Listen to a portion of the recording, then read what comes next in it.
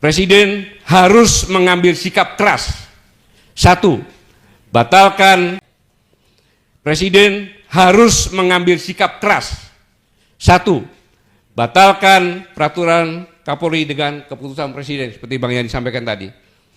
Copot Kapolri dan seluruh pejabat yang merancang aturan ini. Audit seluruh langkah yang memperluas kekuasaan Polri secara ilegal. Bentuk ulang struktur batas kekuasaan Polri dengan reformasi Polri segera. Sekarang saya coba masuk kepada reformasi Polri yang mandek. Ini kami sampaikan karena kecintaan pada Korps Tribrata. Polri hari ini sedang mengalami krisis kepercayaan nasional. Publik menyaksikan dengan jelas keterlibatan oknum dalam narkoba dan judi online. Praktik penegakan hukum tebang pilih, perkara yang sudah ingkrah tidak dijalankan. Sementara kelompok kritis dan oposisi seperti kami justru mudah diproses. Yang lebih memprihatinkan, alih-alih melakukan reformasi total, Kapolri justru menerbitkan peraturan Polri nomor 10 tahun 2025 yang mengatur penempatan polisi pada sedikitnya 17 jabatan di ranah sipil dan lembaga pemerintahan. Ini bukan sekedar kebijakan yang keliru, ini adalah pembangkangan konstitusi. Undang-Undang nomor 2 tahun 2002 tentang Kepolisian Republik Indonesia seperti yang disampaikan. Dalam pasal 28 ayat 3 disebutkan bahwa anggota Polri yang mau masuk ke jabatan sipil itu hanya boleh apabila minta berhenti atau pensiun dari Dinas Polri. Ketentuan terbatas ini sudah dikuatkan oleh keputusan Mahkamah Konstitusi nomor 114 tahun 2025. Jelas sah.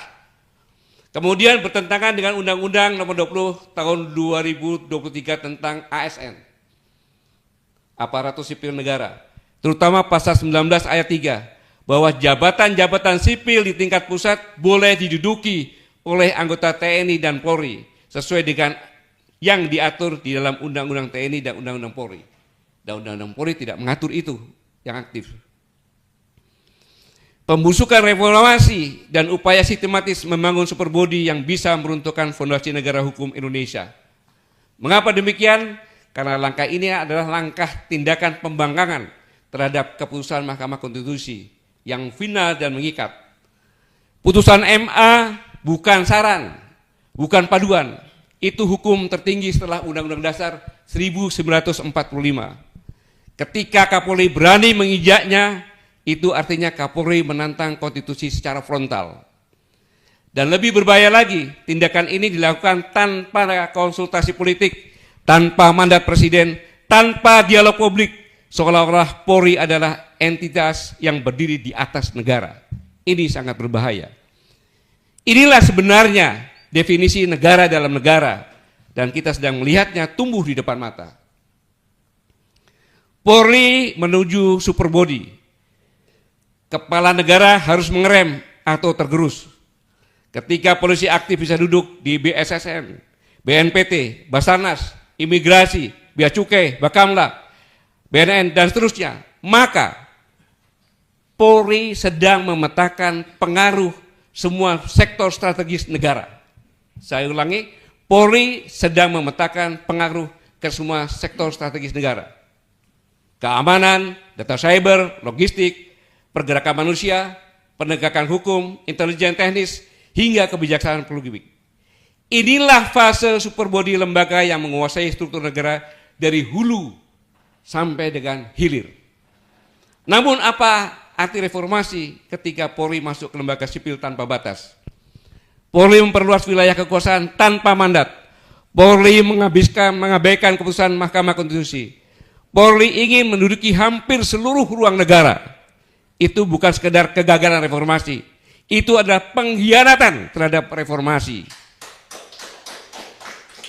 Negara hukum tidak boleh dikelola dengan logika kekuasaan bersenjata. Negara yang sehat dijalankan oleh birokrasi profesional, bukan pendekatan keamanan sebagai jalan pintas. Kapolri telah melampaui garis merah. Kapolri telah melampaui batas reformasi 1998. Kapolri bahkan telah melampaui keinginan Presiden. Kapolri berjalan sendiri. Kapolri bermain di luar garis komando. Kapolri menciptakan realitas kekuasaan baru tanpa mandat politik.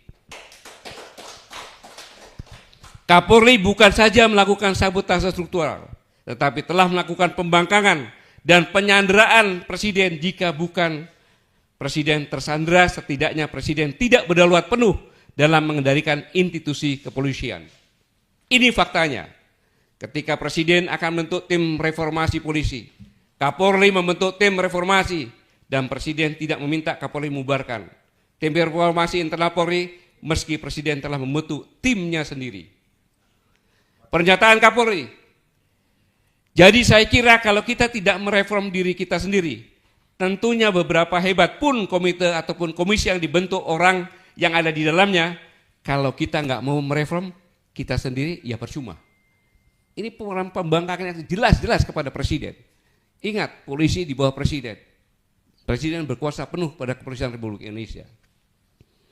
Kapolri menerbitkan peraturan Polri nomor 10 tahun 2025 yang mengatur penempatan Polri pada sedikitnya 17 jabatan di ranah sipil dan lembaga pemerintahan yang ketiga ini.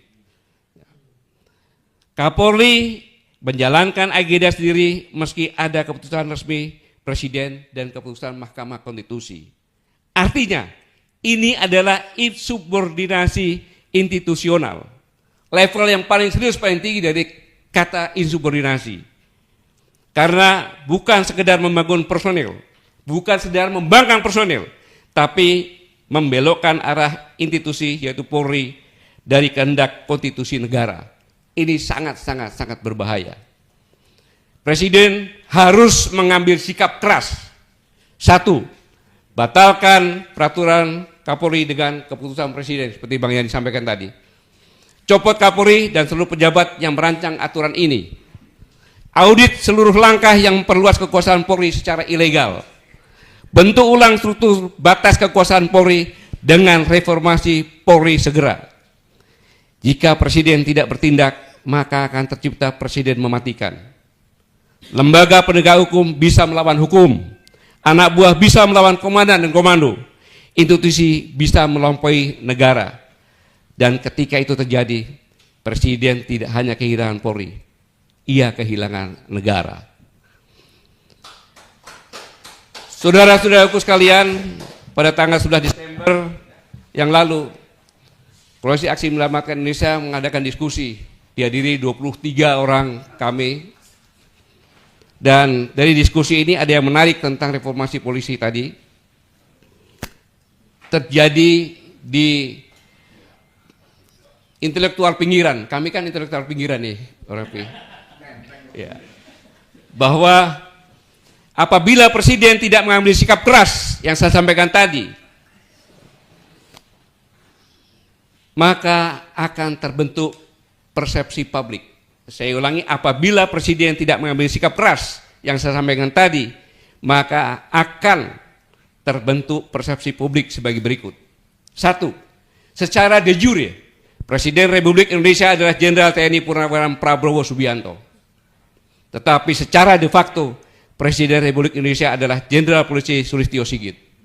Dan keduanya digendalikan oleh Jokowi.